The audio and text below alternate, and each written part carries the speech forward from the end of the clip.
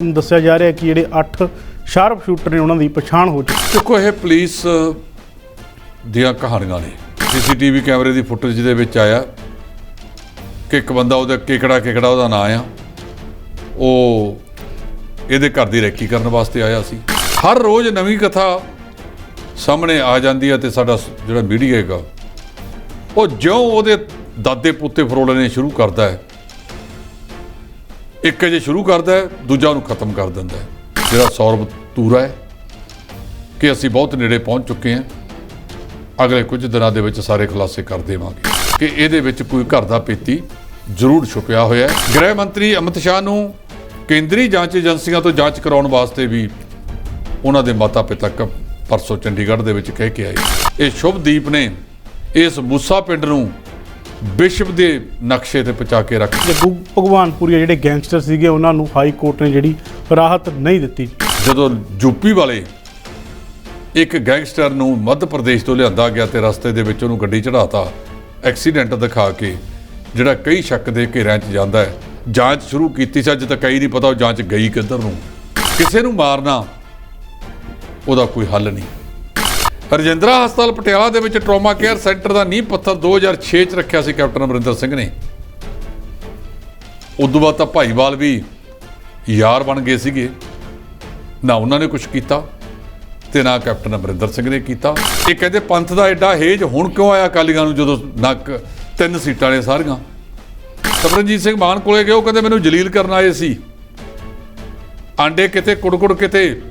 ਪੱਤਰਕਾਰਾਂ ਨੇ ਸਵਾਲ ਪੁੱਛਿਆ ਮਾਨ ਸਾਹਿਬ ਤੋਂ ਕਿ ਤੁਸੀਂ ਬੰਦੀ ਸਿੰਘਾਂ ਦੇ ਮਾਮਲੇ ਵਿੱਚ ਬੀਬੀ ਰਾਜੋਆਣਾ ਦੀ ਮਦਦ ਕਰੋਗੇ?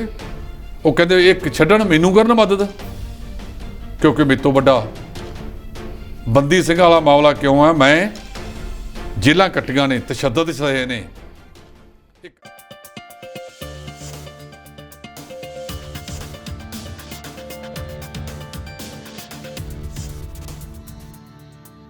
D5 ਚੈਨਲ ਪੰਜਾਬੀ ਦੇਖ ਰਹੇ ਸਾਰੇ ਦਰਸ਼ਕਾਂ ਦਾ ਸਵਾਗਤ ਹੈ। ਮੈਂ ਸੁਖਵੀਰ ਸਿੰਘ ਇੱਕ ਮੇਰੀ ਵੀ ਸੁਣੋ ਪ੍ਰੋਗਰਾਮ ਲੈ ਕੇ ਹਾਜ਼ਰ ਹਾਂ, ਜਿਸ ਦੇ ਵਿੱਚ ਅਸੀਂ ਵੱਖੋ ਵੱਖਰੇ ਮੁੱਦਿਆਂ 'ਤੇ ਚਰਚਾ ਕਰਦੇ ਹਾਂ। ਤੇ ਚਰਚਾ ਕਰਨ ਲਈ ਸਾਡੇ ਨਾਲ ਨੇ D5 ਦੇ ਸੀਨੀਅਰ ਐਡੀਟਰ ਜਸਪਾਲ ਸਿੰਘ ਢਲੋਈਆ, ਉਹਨਾਂ ਦਾ ਸਵਾਗਤ ਕਰ ਰਹੀ। ਸਤਿ ਸ਼੍ਰੀ ਅਕਾਲ ਜੀ।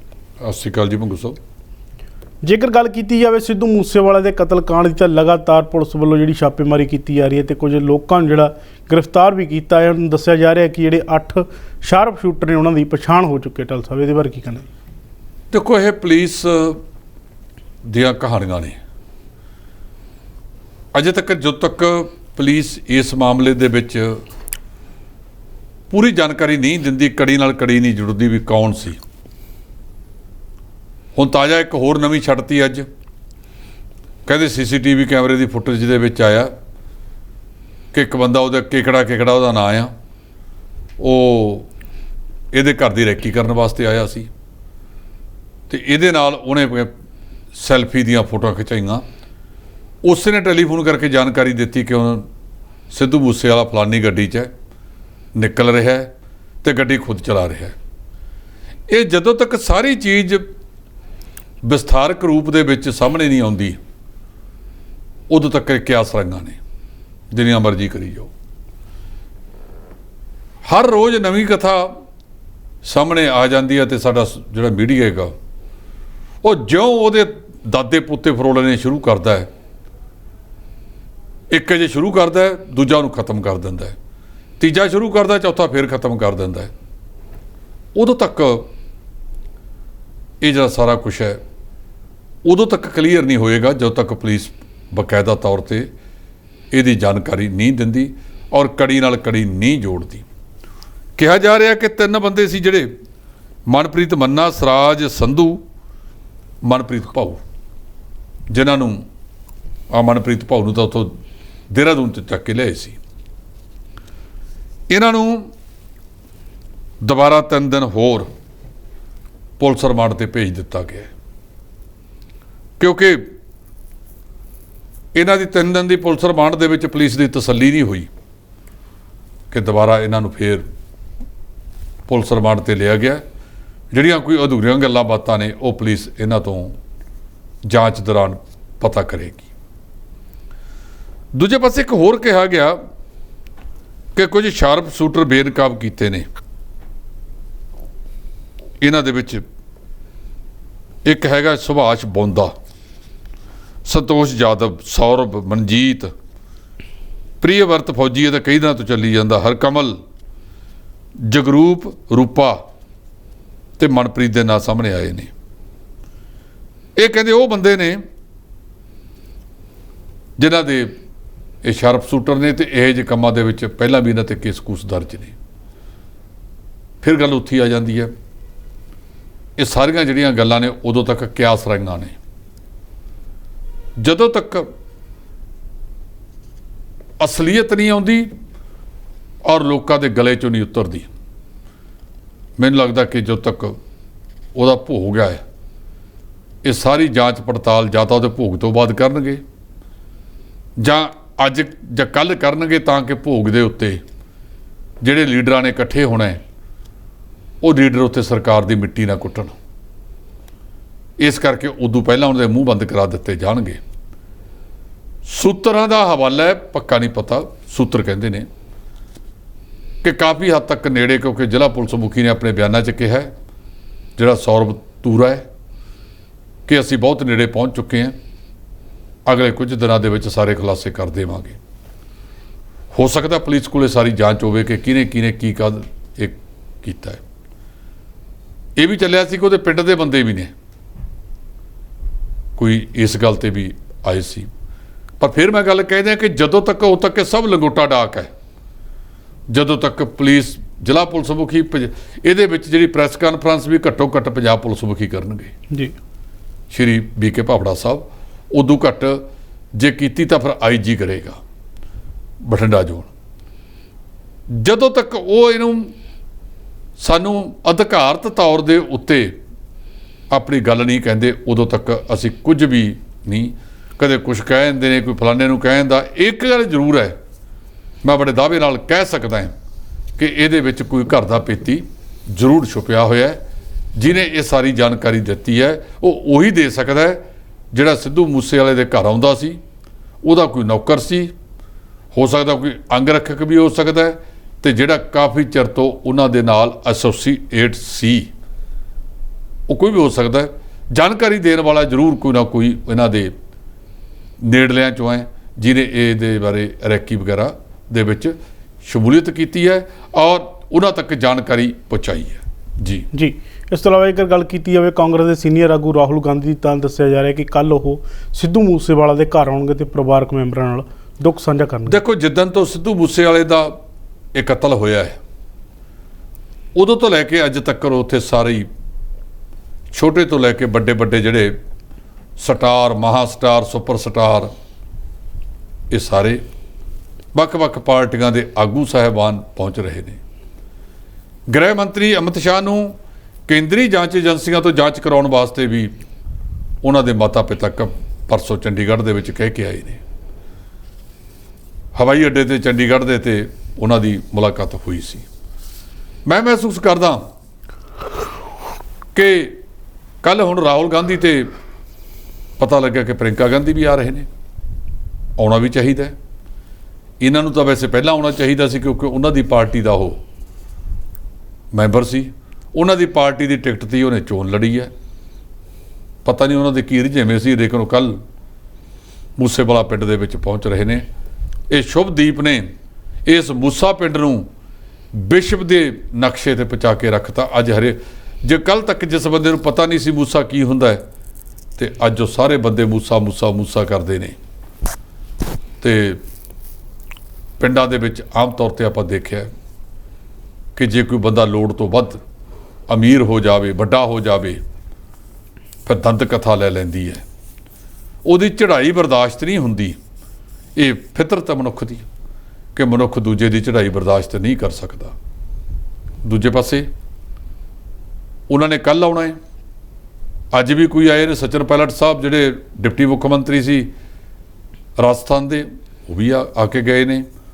ਕਈ ਫਿਲਮੀ ਸਟਾਰ, ਕਲਾਕਾਰ, ਛੋਟੇ ਤੋਂ ਲੈ ਕੇ ਵੱਡੇ ਤੱਕ, ਗੁਰਦਾਸ ਮਾਨ ਹੋਰਾਂ ਤੱਕ, ਇਹ ਸਾਰਿਆਂ ਨੇ ਉੱਥੇ ਸ਼ਮੂਲੀਅਤ ਕੀਤੀ ਹੈ ਤੇ ਆਮ ਲੋਕ ਵੀ ਉਹਦੇ ਵਿੱਚ ਸ਼ਮੂਲੀਅਤ ਕਰ ਰਹੇ ਨੇ।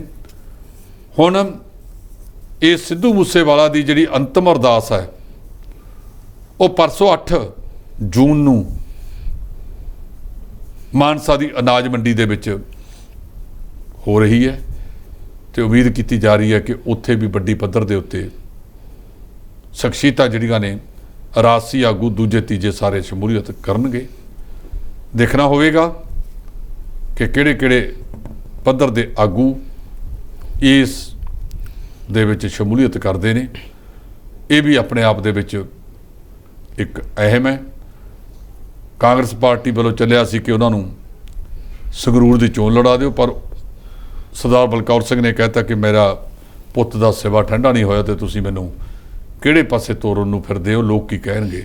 ਉਹਨਾਂ ਨੇ ਨਾ ਕਰਕੇ ਚੰਗਾ ਕੰਮ ਕੀਤਾ, ਜਿਹਦੇ ਤੌਰ ਤੇ ਹੁਣ ਦਲਵੀਰ ਸਿੰਘ ਗੋਲਡੀ ਤੇ ਦੂਜੇ ਪਾਸੇ ਭਾਰਤੀ ਜਨਤਾ ਪਾਰਟੀ ਵੱਲੋਂ ਕੇਵਲ ਸਿੰਘ ਢਿੱਲੋਂ ਨੂੰ ਚੋਣ ਲੜਾਈ ਜਾ ਰਹੀ ਹੈ। ਹੋ ਸਕਦਾ ਜੇ ਉਹ ਨਾ ਜਾਂਦੇ ਤਾਂ ਢੀਂਡਸਾ ਪਰਿਵਾਰ ਦੇ ਕਿਸੇ ਮੈਂਬਰ ਨੂੰ ਚੋਣ ਭਾਰਤੀ ਜਨਤਾ ਪਾਰਟੀ ਵੱਲੋਂ ਲੜਾਈ ਜਾਂਦੀ। ਜੀ, ਇਸ ਦੇ ਨਾਲ ਹੀ ਜੱਗੂ ਭਗਵਾਨਪੁਰੀਆ ਜਿਹੜੇ ਗੈਂਗਸਟਰ ਸੀਗੇ ਉਹਨਾਂ ਨੂੰ ਹਾਈ ਕੋਰਟ ਨੇ ਜਿਹੜੀ ਰਾਹਤ ਨਹੀਂ ਦਿੱਤੀ ਜੀ। ਉਹਨਾਂ ਦੀ ਮੰਗ ਸੀਗੀ ਕਿ ਮੈਨੂੰ ਬੁਲਟ ਪ੍ਰੂਫ ਜਾਕਟ ਦਿੱਤੀ ਜਾਵੇ ਜਦੋਂ ਇੱਕ ਥਾਂ ਤੋਂ ਦੂਜੇ ਥਾਂ ਤੇ ਲੈ ਕੇ ਜਾਣਾ। ਇਸ ਤੋਂ ਪਹਿਲਾਂ ਲਾਰੈਂਸ ਬਸ਼ਨੋਈ ਨੇ ਵੀ ਇਸ ਤਰ੍ਹਾਂ ਦੀ ਗੱਲ ਕੀਤੀ ਸੀ, ਜਿਹੜੀ ਮਾਨਯੋਗ ਹਾਈ ਕੋਰਟ ਨੇ ਸਵੀਕਾਰ ਨਹੀਂ ਕੀਤੀ। ਉਹਨਾਂ ਦੀਆਂ ਜਿਹੜੀਆਂ ਇਹ ਸੁਰੱਖਿਆ ਦਾ ਕੰਮ ਹੈ, ਇਹ ਜਿਹੜੀ ਪੁਲਿਸ ਨੂੰ ਲੈ ਕੇ ਆਵੇਗੀ ਸੁਰੱਖਿਆ ਦੀ ਜ਼ਿੰਮੇਵਾਰ ਉਹ ਹੈ। ਪਰ ਜਦੋਂ ਯੂਪੀ ਵਾਲੇ ਇੱਕ ਗੈਂਗਸਟਰ ਨੂੰ ਮੱਧ ਪ੍ਰਦੇਸ਼ ਤੋਂ ਲਿਆਂਦਾ ਗਿਆ ਤੇ ਰਸਤੇ ਦੇ ਵਿੱਚ ਉਹਨੂੰ ਗੱਡੀ ਚੜਾਤਾ, ਐਕਸੀਡੈਂਟ ਦਿਖਾ ਕੇ, ਜਿਹੜਾ ਕਈ ਸ਼ੱਕ ਦੇ ਘੇਰਿਆਂ 'ਚ ਜਾਂਦਾ ਹੈ। ਜਾਂਚ ਸ਼ੁਰੂ ਕੀਤੀ ਸੀ, ਅੱਜ ਤੱਕ ਕਈ ਨਹੀਂ ਪਤਾ ਉਹ ਜਾਂਚ ਗਈ ਕਿੱਧਰ ਨੂੰ। ਇਹਨਾਂ ਲੋਕਾਂ ਦੇ ਮਨ ਦੇ ਵਿੱਚ ਵੀ ਆਉਂਦਾ ਕਿ ਸਾਨੂੰ ਕਿਤੇ ਕੋਈ ਹੋਰ ਕਦਮ ਨਾ ਉਠਾ ਲੈਣ। ਉਹਦੀ ਮਾਤਾ ਨੇ ਵੀ ਰੋ ਰੋ ਕੇ ਇਹ ਬਿਆਨ ਕੀਤਾ ਹੈ, ਮੈਂ ਇਹਨਾਂ ਚੀਜ਼ਾਂ ਦੇ ਬਿਲਕੁਲ ਬਰਖਲਾਫ ਹਾਂ ਵੀ ਨਹੀਂ ਹੋਣਾ ਚਾਹੀਦਾ। ਜੇ ਕੋਈ ਅਪਰਾਧ ਜਗਤ 'ਚ ਪੈ ਗਿਆ, ਉਹਦੀ ਇਤਿਹਾਸ ਨੂੰ ਫਰੋਲੋ ਕਿ ਉਹ ਅਪਰਾਧ ਜਗਤ ਦੇ ਵਿੱਚ ਗਿਆ ਕਿਉਂ ਹੈ, ਉਹਨੂੰ ਅਪਰਾਧ ਜਗਤ ਦੇ ਵਿੱਚ ਧੱਕਣ ਵਾਲੇ ਕਿਹੜੇ ਕਿਹੜੇ ਹੈ, ਉਹਨੂੰ ਅਪਰਾਧ ਜਗਤ ਦਾ ਕੀ ਕਾਰਨ ਸੀ, ਕਿੱਥੋਂ ਤੁਰਿਆ, ਕਿਹੜੇ ਕਿਹੜੀਆਂ ਚੀਜ਼ਾਂ ਬਣੀਆਂ ਤੇ ਕਿਹੜੇ ਉਹਦੇ ਜਨਮਦਾਤਾ ਨੇ। ਗੱਲਾਂ ਤਾਂ ਉਹਨਾਂ ਤੇ ਕਰਨ ਦੀ ਲੋੜ ਹੈ। ਤੇ ਅੱਜ ਜੇ ਕੋਈ ਹਥਿਆਰ ਚੱਕ ਰਿਹਾ ਹੈਗਾ, ਰੋਜ਼ ਕਤਲ ਹੋ ਰਹੇ ਨੇ, ਇਹਨਾਂ ਦੀ ਤਹਿ ਤੇ ਭਗਵੰਤ ਸਿੰਘ ਮਾਨ ਦੀ ਸਰਕਾਰ ਨੂੰ ਜਾਣਾ ਚਾਹੀਦਾ ਹੈ। ਕਿਸੇ ਨੂੰ ਮਾਰਨਾ ਉਹਦਾ ਕੋਈ ਹੱਲ ਨਹੀਂ, ਉਹਦੀ ਸੋਚ ਨੂੰ ਬਦਲਣਾ ਹੱਲ ਹੈ। ਉਹਨੂੰ ਸਮਝਾਇਆ ਜਾਵੇ ਕਿ ਜਿਹੜੇ ਰਸਤੇ ਤੇ ਤੂੰ ਗਿਆ ਹੈ ਇਹ ਗੈਰ ਮਨੁੱਖਤਾ ਵਾਲਾ ਕੰਮ ਹੈ, ਮਨੁੱਖ ਨੂੰ ਮਾਰਨਾ ਮਨੁੱਖ ਦਾ ਕੰਮ ਨਹੀਂ। ਤੇ ਫਿਰ ਜੇ ਸਜ਼ਾ, ਜੇ ਉਹਨੇ ਕੰਮ ਕਰ ਲਿਆ, ਉਹਨੂੰ ਸਜ਼ਾ ਦੇਣਾ ਵੀ ਮਨੁੱਖਤਾ ਦੇ ਹੱਥ 'ਚ ਨਹੀਂ, ਉਹ ਅਦਾਲਤਾਂ ਦੇ ਹੱਥ 'ਚ ਹੈ। ਜੱਜ ਸਾਹਿਬ ਕਾਹਦੇ ਵਾਸਤੇ ਉੱਥੇ ਬੈਠੇ ਨੇ, ਉਹ ਉਹਨਾਂ ਨੂੰ ਸਜ਼ਾਵਾਂ ਦੇਣ। ਲੇਕਿਨ ਜਦੋਂ ਕਈ ਤਰ੍ਹਾਂ ਦੇ ਝੂਠੇ ਪੁਲਿਸ ਮੁਕਾਬਲੇ ਬਣਦੇ ਨੇ, ਉਹਦੇ ਵਿੱਚੋਂ ਫਿਰ ਨਵੇਂ ਬੰਦੇ ਪੈਦਾ ਹੁੰਦੇ ਨੇ। ਸਰਕਾਰਾਂ ਨੂੰ ਇਹਨਾਂ ਤੋਂ ਗੁਰੇਜ਼ ਕਰਕੇ ਉਹਦੀ ਸੋਚ ਤਬਦੀਲ ਕਰਨ ਵਾਲੇ ਪਾਸੇ ਜਾਣਾ ਚਾਹੀਦਾ। ਉਹਨੂੰ ਸਮਝਾਉਣਾ ਚਾਹੀਦਾ ਹੈ ਕਿ ਜਿਹੜਾ ਰਸਤਾ ਮਿੱਤਰ ਪਿਆਰਿਆ ਤੈਂ ਚੁਣਿਆ ਸੀ, ਇਹ ਰਸਤਾ ਮਨੁੱਖਤਾ ਵਾਲਾ ਨਹੀਂ ਸੀ। ਜੀ, ਇਸ ਤੋਂ ਇਲਾਵਾ ਜੇਕਰ ਗੱਲ ਕੀਤੀ ਜਾਵੇ ਨਵਜੋਤ ਸਿੰਘ ਸਿੱਧੂ ਦੀ, ਜੋ ਕਿ ਕਾਂਗਰਸ ਦੇ ਪੰਜਾਬ ਦੇ ਸਾਬਕਾ ਪ੍ਰਧਾਨ ਰਹਿ ਚੁੱਕੇ ਨੇ, ਉਹ ਰੋਡ ਰੇਜ ਮਾਮਲੇ ਦੇ ਵਿੱਚ ਪਟਿਆਲਾ ਜੇਲ੍ਹ ਦੇ ਵਿੱਚ ਬੰਦ ਸਨ, ਜਿਨ੍ਹਾਂ ਨੂੰ ਪੀਜੀਆਈ ਜਿਹੜਾ ਰੈਫਰ ਕੀਤਾ ਗਿਆ। ਟਲ ਸਾਹਿਬ, ਦੇਖੋ ਕੁਝ ਚੀਜ਼ਾਂ ਇਹੋ ਜਿਹੀਆਂ ਹੈਗੀਆਂ ਜਿਹੜੀਆਂ ਪਟਿਆਲਾ ਦੇ ਰਜਿੰਦਰਾ ਹਸਪਤਾਲ ਦੇ ਵਿੱਚ ਨਹੀਂ ਹਨ। ਪਟਿਆਲਾ ਨਾਲ ਸੰਬੰਧਿਤ ਕੈਪਟਨ ਅਮਰਿੰਦਰ ਸਿੰਘ 2 ਵਾਰ ਮੁੱਖ ਮੰਤਰੀ ਬਣੇ ਤੇ ਰਜਿੰਦਰਾ ਹਸਪਤਾਲ ਪਟਿਆਲਾ ਉਹਨਾਂ ਦੇ ਪੁਰਖਿਆਂ ਦਾ ਹਸਪਤਾਲ ਹੈ। ਬਹੁਤ ਸਾਰੀਆਂ ਚੀਜ਼ਾਂ ਉਹ ਵੀ ਇੱਥੇ ਪੈਦਾ ਨਹੀਂ ਕਰ ਸਕੇ। ਬਾਕੀ ਸਾਰੀਆਂ ਗੱਲਾਂ ਛੱਡੋ, ਅੰਬਾਲਾ ਟੱਪ ਜੋ ਦਿੱਲੀ ਤੱਕ ਘੱਟੋ ਘੱਟ 5 ਟਰੋਮਾ ਕੇਅਰ ਸੈਂਟਰ ਨੇ, ਤੇ ਇੱਥੇ ਪੂਰੇ ਪੰਜਾਬ ਦੇ ਵਿੱਚ ਕਿੰਨੇ ਕੁ ਨੇ ਤੁਹਾਡੇ ਸਾਹਮਣੇ ਹੈ। ਰਜਿੰਦਰਾ ਹਸਪਤਾਲ ਪਟਿਆਲਾ ਦੇ ਵਿੱਚ ਟਰੋਮਾ ਕੇਅਰ ਸੈਂਟਰ ਦਾ ਨੀਂਹ ਪੱਥਰ 2006 'ਚ ਰੱਖਿਆ ਸੀ ਕੈਪਟਨ ਅਮਰਿੰਦਰ ਸਿੰਘ ਨੇ। ਉਦੋਂ ਬਾਅਦ ਤਾਂ ਭਾਈਵਾਲ ਵੀ ਯਾਰ ਬਣ ਗਏ ਸੀਗੇ, ਨਾ ਉਹਨਾਂ ਨੇ ਕੁਛ ਕੀਤਾ ਤੇ ਨਾ ਕੈਪਟਨ ਅਮਰਿੰਦਰ ਸਿੰਘ ਨੇ ਕੀਤਾ, ਤੇ ਇੱਥੇ ਕੁਝ ਨਹੀਂ ਬਣ ਸਕਿਆ। ਇੱਥੇ ਤਾਂ ਲੰਬਾ ਸਮਾਂ ਦਿਲ ਦੇ ਰੋਗਾਂ ਦੇ ਡਾਕਟਰ ਦੀ ਪੋਸਟ ਖਾਲੀ ਪਈ ਰਹੀ, ਤੇ ਹੋਰ ਤੁਸੀਂ ਕੀ ਕਰੋਗੇ ਜੇ ਰਜਿੰਦਰਾ ਹਸਪਤਾਲ ਦੇ ਵਿੱਚ ਉਹ ਸਹੂਲਤਾਂ ਨਹੀਂ ਦਿੱਤੀਆਂ ਜਾ ਸਕੀਆਂ। ਤੇ ਛੋਟੀਆਂ ਡਿਸਪੈਂਸਰੀਆਂ 'ਚ ਕਿੱਥੇ ਦੇਵਾਂਗੇ, ਤੇ ਮੌਜੂਦਾ ਵਾਲੇ ਕਹਿੰਦੇ ਅਸੀਂ ਮਹੱਲਾ ਕਲੀਨਿਕ ਖੋਲ੍ਹਣੇ ਨੇ। ਪਹਿਲਾਂ ਇੱਥੇ ਜ਼ਿਲ੍ਹਾ ਤੇ ਸਬ ਡਿਵੀਜ਼ਨ ਦੇ ਹਸਪਤਾਲ ਤਾਂ ਬਣਾ ਲਓ, ਇਹਨਾਂ ਮਹੱਲਾ ਕਲੀਨਿਕਾਂ ਦੀ ਥਾਂ ਤੇ ਜੇ ਜ਼ਿਲ੍ਹਾ ਤੇ ਉਪ ਮੰਡਲ ਤੇ ਵਧੀਆ ਹਸਪਤਾਲ ਹੋ ਜਾਣ, ਇਹਦੇ ਨਾਲ 108 ਐਂਬੂਲੈਂਸਾਂ ਜਾਰੀ ਕਰ ਦਿਓ ਜਿਹਦੇ ਵਿੱਚ ਮੁੱਢਲੀ ਸਹਾਇਤਾ ਹੋਵੇ। ਕਿਸੇ ਵੀ ਪਿੰਡ ਦੇ ਵਿੱਚ ਜ਼ਰੂਰਤ ਪੈ ਜਾਵੇ 10 ਮਿੰਟ ਦੇ ਵਿੱਚ ਉਸ ਵੈਨ ਉੱਥੇ ਪਹੁੰਚਣੀ ਚਾਹੀਦੀ ਹੈ। ਉਹਨੂੰ ਉਸ ਦੀ ਬਿਮਾਰੀ ਮੁਤਾਬਕ ਲੋਕਲ ਜਾਂ ਜ਼ਿਲ੍ਹਾ ਪੱਧਰੀ ਹਸਪਤਾਲ ਦੇ ਵਿੱਚ ਲਿਆਉਣ ਦੀ ਜ਼ਰੂਰਤ ਹੈ। ਉਹਨਾਂ ਦੇ ਵਿੱਚ ਪੂਰੀਆਂ ਫੈਸਿਲਿਟੀਆਂ ਬਣਾਓ, ਨਾ ਕਿ ਇੱਕ ਸਰਕਾਰ ਬਣਾਉਂਦੀ ਹੈ ਦੂਜੀ ਆ ਕੇ ਢਾਹ ਦਿੰਦੀ ਹੈ। ਜਦੋਂ ਤੱਕ ਤੁਸੀਂ ਜੇ ਜ਼ਿਲ੍ਹਿਆਂ ਦੇ ਵਿੱਚ ਵੀ 23 ਜ਼ਿਲ੍ਹੇ ਨੇ, 23 ਜ਼ਿਲ੍ਹਿਆਂ ਦੇ ਵਿੱਚ 100 ਬਿਸਤਰ, 150 ਬਿਸਤਰ, 200 ਬਿਸਤਰ ਦਾ ਚੰਗੇ ਹਸਪਤਾਲ ਬਣ ਜਾਣ ਤਾਂ ਇਕੱਲੇ ਪਿੰਡਾਂ ਦੇ ਵਿੱਚ ਇਹਦੀ ਓਡੀ ਜ਼ਰੂਰਤ ਨਹੀਂ। ਔਰ ਉੱਥੇ ਕਬੂਤਰ ਬੋਲਦੇ ਨੇ ਜਿਹੜੇ ਇਹਨਾਂ ਨੇ ਉੱਥੇ ਬਿਲਡਿੰਗਾਂ ਦੇ ਉੱਤੇ ਪੈਸੇ ਥੱਪਤੇ, ਉਹਨਾਂ ਬਿਲਡਿੰਗਾਂ ਦੇ ਵਿੱਚ ਪਤਾ ਨਹੀਂ ਕਿੱਡਾ ਕੁ ਘਾਲਾ ਮਾਲਾ ਹੋਇਆ ਹੈ। ਜੇ ਉਹਦੀ ਪੜਤਾਲ ਕਰਾ ਲਈ ਜਾਵੇ ਤਾਂ ਉਹਦੀ ਅਸਲੀਅਤ ਵੀ ਲੋਕਾਂ ਦੇ ਸਾਹਮਣੇ ਆ ਸਕਦੀ ਹੈ। ਜੀ, ਇਸ ਤੋਂ ਇਲਾਵਾ ਅਗਰ ਗੱਲ ਕੀਤੀ ਹੈ ਬੰਦੀ ਸਿੰਘਾਂ ਦੀ ਰਿਹਾਈ ਦੀ, ਤਾਂ ਲਗਾਤਾਰ ਸ਼੍ਰੋਮਣੀ ਅਕਾਲੀ ਦਲ ਵੱਲੋਂ ਇੱਕ ਇਹ ਗੱਲ ਕਹੀ ਜਾ ਰਹੀ ਕਿ ਬੰਦੀ ਸਿੰਘਾਂ ਦੀ ਰਿਹਾਈ ਦੇ ਲਈ ਸਾਰੇ ਪੰਥ ਨੂੰ ਇਕੱਠੇ ਹੋਣ ਦੀ ਲੋੜ ਹੈ ਜੀ। ਜਿਹੜੀ ਗੱਲ ਅਕਾਲੀ ਦਲ ਕਰਦਾ ਹੈ ਉਹਦਾ ਜਵਾਬ ਬੰਦੀ ਸਿੰਘਾਂ ਦੀ ਰਿਹਾਈ ਆਲਾ ਸਿਮਰਨਜੀਤ ਸਿੰਘ ਮਾਨ ਨੇ ਦਿੱਤਾ ਹੈ। ਅੱਜ ਅੰਮ੍ਰਿਤਸਰ ਦੀ ਧਰਤੀ ਦੇ ਵਿੱਚ ਹੀ ਬੰਦੀ ਸਿੰਘਾਂ ਦੀ ਰਿਹਾਈ ਨੂੰ ਲੈ ਕੇ ਬਾਪੂ ਸੂਰਤ ਸਿੰਘ ਨੇ ਮੋਰਚਾ ਲਾਇਆ, ਤੇ ਉਹਦਾ ਬਣਿਆ ਕੀ ਸੀ? ਸਰਕਾਰ ਕਿਹਦੀ ਸੀ ਉਦੋਂ? ਇਹ ਕਹਿੰਦੇ ਪੰਥ ਦਾ ਐਡਾ ਹੇਜ ਹੁਣ ਕਿਉਂ ਆਇਆ ਅਕਾਲੀਆਂ ਨੂੰ, ਜਦੋਂ ਨੱਕ 3 ਸੀਟਾਂ ਨੇ ਸਾਰੀਆਂ, ਤੇ ਜਦੋਂ ਕੇਂਦਰ ਦੇ ਵਿੱਚ ਭਾਈਵਾਲ ਸੀਗੇ ਤੇ ਪੰਜਾਬ ਦੇ ਵਿੱਚ ਸਰਕਾਰ ਸੀ 14 ਦੇ ਵਿੱਚ, ਮੋਦੀ ਸਾਹਿਬ ਪ੍ਰਧਾਨ ਮੰਤਰੀ ਬਣ ਗਏ ਸੀ ਤੇ ਇਹਨਾਂ ਦੀ ਪੰਜਾਬ ਦੇ ਵਿੱਚ ਸਰਕਾਰ ਰਹੀ ਹੈ 17 ਤੱਕ 3 ਸਾਲ। ਉਦੋਂ ਪਹਿਲਾਂ ਵਾਜਪਾਈ ਸਾਹਿਬ ਦੀ ਸਰਕਾਰ ਦੇ ਵਿੱਚ ਵੀ ਇਹ ਭਾਈਵਾਲ ਸੀ ਕੇਂਦਰ ਦੇ ਵਿੱਚ, ਤੇ ਉਦੋਂ ਇਹਨਾਂ ਨੂੰ ਇਹ ਯਾਦ ਕਿਉਂ ਨਾ ਆਇਆ ਬੰਦੀ ਸਿੰਘਾਂ ਦਾ? ਸਾਧ ਸਿਮਰਨਜੀਤ ਸਿੰਘ ਮਾਨ ਕੋਲੇ ਗਏ, ਉਹ ਕਹਿੰਦੇ ਮੈਨੂੰ ਜਲੀਲ ਕਰਨ ਆਏ ਸੀ, ਆਂਡੇ ਕਿਤੇ ਕੁੜਕੁੜ ਕਿਤੇ, ਇਹ ਗੱਲਾਂ ਬਾਤਾਂ ਤਾਂ ਕਰਦੇ ਫਿਰਦੇ ਸੀਗੇ ਭਾਈ ਰਾਜੋਆਣਾ ਦੀ ਭੈਣ ਬੀਬੀ ਕਮਲਦੀਪ ਕੌਰ ਰਾਜੋਆਣਾ ਦੇ ਨਾਲ, ਤੇ ਮੇਰੇ ਕੋਲ ਤਾਂ ਸਿਰਫ ਕੰਡਿਆਂ ਤੇ ਘੜੀਸਣ ਆਏ ਸੀ। ਉਹ ਕਹਿੰਦੇ ਜੇ ਐਡਾ ਹੀ ਹੇਜ ਹੈ, ਸਭ ਤੋਂ ਪਹਿਲਾਂ ਅਕਾਲੀ ਦਲ ਦਾ ਪ੍ਰਧਾਨ ਛੱਡੇ ਆਪਦੀ ਕੁਰਸੀ ਤੇ ਕਿਸੇ ਬੰਦੀ ਸਿੰਘ ਨੂੰ ਦੇਵੇ। ਜੇ ਇਹਨਾਂ ਨੂੰ ਲੱਗਦਾ ਹੈ ਕਿ ਸ਼੍ਰੋਮਣੀ ਕਮੇਟੀ ਦੀ ਪ੍ਰਧਾਨਗੀ ਦਿਓ ਤੇ ਹਰਨਾਮ ਸਿੰਘ ਧੁੰਮੇ ਤੋਂ ਦਮਦਮੀ ਟਕਸਾਲ ਦਾ ਮੁਖੀ ਛਡਾ ਕੇ ਕਿਸੇ ਬੰਦੀ ਸਿੰਘਾਂ ਚੋਂ ਦਿਓ। ਪੱਤਰਕਾਰਾਂ ਨੇ ਸਵਾਲ ਪੁੱਛਿਆ ਮਾਨ ਸਾਹਿਬ ਤੋਂ ਕਿ ਤੁਸੀਂ ਬੰਦੀ ਸਿੰਘਾਂ ਦੇ ਮਾਮਲੇ ਵਿੱਚ ਬੀਬੀ ਰਾਜੋਆਣਾ ਦੀ ਮਦਦ ਕਰੋਗੇ? ਉਹ ਕਹਿੰਦੇ ਇੱਕ ਛੱਡਣ ਮੈਨੂੰ ਕਰਨ ਮਦਦ, ਕਿਉਂਕਿ ਮੇਰੇ ਤੋਂ ਵੱਡਾ ਬੰਦੀ ਸਿੰਘਾਂ ਵਾਲਾ ਮਾਮਲਾ ਕਿਉਂ ਹੈ? ਮੈਂ ਜੇਲ੍ਹਾਂ ਕੱਟੀਆਂ ਨੇ, ਤਸ਼ੱਦਦ ਸਹੇ ਨੇ, ਇੱਕ IPS ਦੀ ਕੁਰਸੀ ਛੱਡ ਕੇ DIG ਪੱਧਰ ਦੇ ਰੈਂਕ ਦੀ ਮੈਂ ਉਹਨਾਂ 'ਚ ਗਿਆ ਸੀ। ਇਸ ਕਰਕੇ ਮੈਨੂੰ ਤਸ਼ੱਦਦ ਹੋਏ ਨੇ ਮੇਰੇ ਤੇ ਮੇਰੇ ਤੋਂ ਵੱਡਾ ਬੰਦੀ ਸਿੰਘ ਵਾਲਾ ਮਾਮਲਾ ਕੌਣ ਸਹਿ ਸਕਦਾ ਹੈ? ਸੋ ਸਾਰੇ ਇਕੱਠੇ ਹੋਣ, ਜਿੰਨੇ ਕੁ ਇਕੱਠੇ ਹੋਣੇ ਸੀ ਉਹ ਤੁਹਾਡੇ ਸਾਰਿਆਂ ਦੇ ਸਾਹਮਣੇ ਹੈ। ਜਿਹੜਾ 3 ਮਈ ਨੂੰ ਇਕੱਤਰਤਾ ਹੋਈ ਸੀ, ਅੱਜ ਉਹਨਾਂ 'ਚੋਂ ਜਿੰਨੀ ਕਮੇਟੀ ਟੀਮ ਬਣਾਈ ਗਈ ਸੀ ਉਹਨਾਂ 'ਚੋਂ ਕਿੰਨੇ ਇੱਕ ਦੂਜੇ ਨਾਲ ਮਿਲ ਕੇ ਚੱਲ ਰਹੇ ਨੇ। ਜੀ, ਇਸ ਤੋਂ ਇਲਾਵਾ ਅਗਰ ਗੱਲ ਕੀਤੀ ਹੈ ਘੱਲੂਘਾਰਾ ਦਿਵਸ ਦਾ, ਇਸ ਨੂੰ ਲੈ ਕੇ ਅੰਮ੍ਰਿਤਸਰ ਦਾ ਸਾਰਾ ਬਾਜ਼ਾਰ ਹੈ ਜਿਹੜਾ ਉਹ ਬੰਦ ਕੀਤਾ ਹੋਇਆ। ਅਟਲ ਸਾਹਿਬ ਦੇਖੋ, ਅੱਜ ਘੱਲੂਘਾਰਾ ਦਿਵਸ ਦਾ ਆਖਰੀ ਦਿਨ ਹੈ, ਕਿਉਂਕਿ ਮਾਰਚ ਕੱਢਣੇ ਹੁੰਦੇ ਨੇ ਅਤੇ ਹਾਤ ਵਜੋਂ ਸਰਕਾਰਾਂ ਵੀ ਪਹਿਲੇ ਹੀ ਬੰਦ ਕਰਾ ਦਿੰਦੀਆਂ ਨੇ, ਤੇ ਉੱਥੋਂ ਦੇ ਲੋਕਾਂ ਨੇ ਤਕਰੀਬਨ ਸਾਰੇ ਬਾਜ਼ਾਰ ਆ ਜਿਹੜੇ ਉਹ ਬੰਦ ਕੀਤੇ ਹੋਏ ਨੇ। ਅਕਾਲ ਤਖਤ ਸਾਹਿਬ ਤੇ ਅਰਦਾਸ ਹੋਈ ਹੈ। ਸਿੰਘ ਸਾਹਿਬ ਗਿਆਨੀ ਹਰਪ੍ਰੀਤ ਸਿੰਘ ਹੋਰਾਂ ਨੇ ਆਪਣਾ ਸੰਦੇਸ਼ ਵੀ ਦਿੱਤਾ ਹੈ, ਉਹ ਆਪਾਂ ਪਹਿਲੇ ਪ੍ਰੋਗਰਾਮ 'ਚ ਗੱਲ ਕਰ ਚੁੱਕੇ ਹਾਂ। ਤੇ ਦੂਜਾ, ਇਹ ਜਿਹੜੇ ਮਾਰਚ ਹੋਏ ਨੇ ਉਹਦੇ ਕਰਕੇ ਬੰਦ ਹੈ। ਉੱਥੇ ਖਾਲਿਸਤਾਨ ਦੇ ਨਾਅਰੇ ਵੀ ਲੱਗੇ ਨੇ। ਸੁਪਰੀਮ ਕੋਰਟ ਕਹਿੰਦਾ ਕਿ ਖਾਲਿਸਤਾਨ ਦਾਇਰੇ ਦੇ ਵਿੱਚ ਰਹਿ ਕੇ ਮੰਗਣਾ, ਸੰਵਿਧਾਨ ਦੇ ਤਹਿਤ ਰਹਿ ਕੇ ਮੰਗਣਾ, ਕਾਨੂੰਨ ਦੇ ਤਹਿਤ ਰਹਿ ਕੇ ਮੰਗਣਾ ਕੋਈ ਗੈਰ ਕਾਨੂੰਨੀ ਨਹੀਂ ਹੈ। ਅੱਜ ਇਤਿਹਾਤ ਵਜੋਂ, ਕਿਉਂਕਿ ਕੱਲ੍ਹ ਦੇ DGP ਸਾਹਿਬ ਉੱਥੇ ਮੁੱਖ ਮੰਤਰੀ ਖੁਦ ਗਏ ਸੀ, ਉਹਨਾਂ ਨੇ ਸਿੰਘ ਸਾਹਿਬ ਨਾਲ ਬੰਦ ਕਮਰਾ ਮੀਟਿੰਗ ਵੀ ਕੀਤੀ। ਮੇਰਾ ਖਿਆਲ ਅੱਜ ਦੇ ਪ੍ਰੋਗਰਾਮ ਦੇ ਸੰਦਰਭ ਦੇ ਵਿੱਚ ਹੀ ਸੀ। ਔਰ DGP ਸਾਹਿਬ ਨੇ ਉੱਥੋਂ ਦੇ ਜਿਹੜੇ ਪੁਲਿਸ ਅਧਿਕਾਰੀ ਹੈ ਉਹਨਾਂ ਦੇ ਨਾਲ ਵਿਸਥਾਰ ਦੇ ਵਿੱਚ ਮੀਟਿੰਗ ਕੀਤੀ ਸੀ।